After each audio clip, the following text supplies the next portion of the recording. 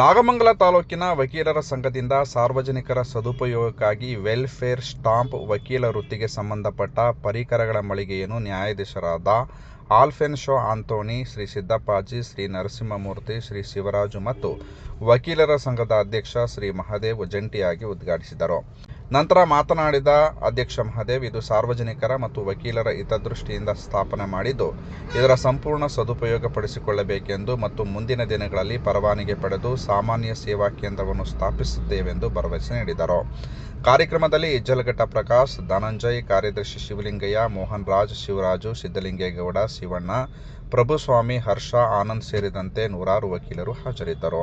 ವಕೀಲರ ಸಂಘದ ಅಧ್ಯಕ್ಷ, ಈ ದಿನ ನಾವು ಮಾನ್ಯ ಗೌರವಾನ್ವಿತ ಉಚ್ಚ ನ್ಯಾಯಾಲಯದಿಂದ ಬುಕ್ ಸ್ಟಾಲ್ ಮಾಡಲಿಕ್ಕೆ ಅನುಮತಿಯನ್ನ ಪಡೆದು ಇದುವರೆಗೂ ಸಹ ಕನ್ಸ್ಟ್ರಕ್ಷನ್ ಮಾಡಿ ಈ ಬುಕ್ ಸ್ಟಾಲ್ ಅನ್ನ ನಾವು ನಿರ್ಮಾಣ ಮಾಡಿ ಈ ದಿನ ಗೌರವಾನ್ವಿತ 4 ಜನ ನ್ಯಾಯಾಧೀಶರಿಂದ ಇವತ್ತು ಉದ್ಘಾಟನೆ ಮಾಡ್ತಿದ್ದೀವಿ.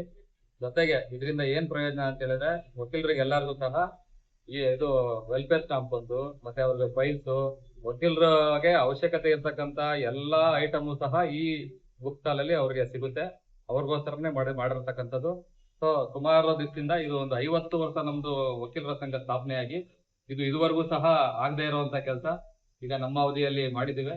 ಇದರ ಸದುಪಯೋಗವನ್ನ ಎಲ್ಲಾ ವಕೀಲರು ಸಹ ಪಡ್ಕೋಬೇಕು ಅಂತ ಹೇಳ್ಬಿಟ್ಟು ಈ ಮೂಲಕ ನಮ್ಮ ವಕೀಲರ ಸಂಘದ ಎಲ್ಲಾ ಸದಸ್ಯರಿಗೂ ಸಹ ನಾನು ಮನವಿ ಮಾಡ್ತೀನಿ.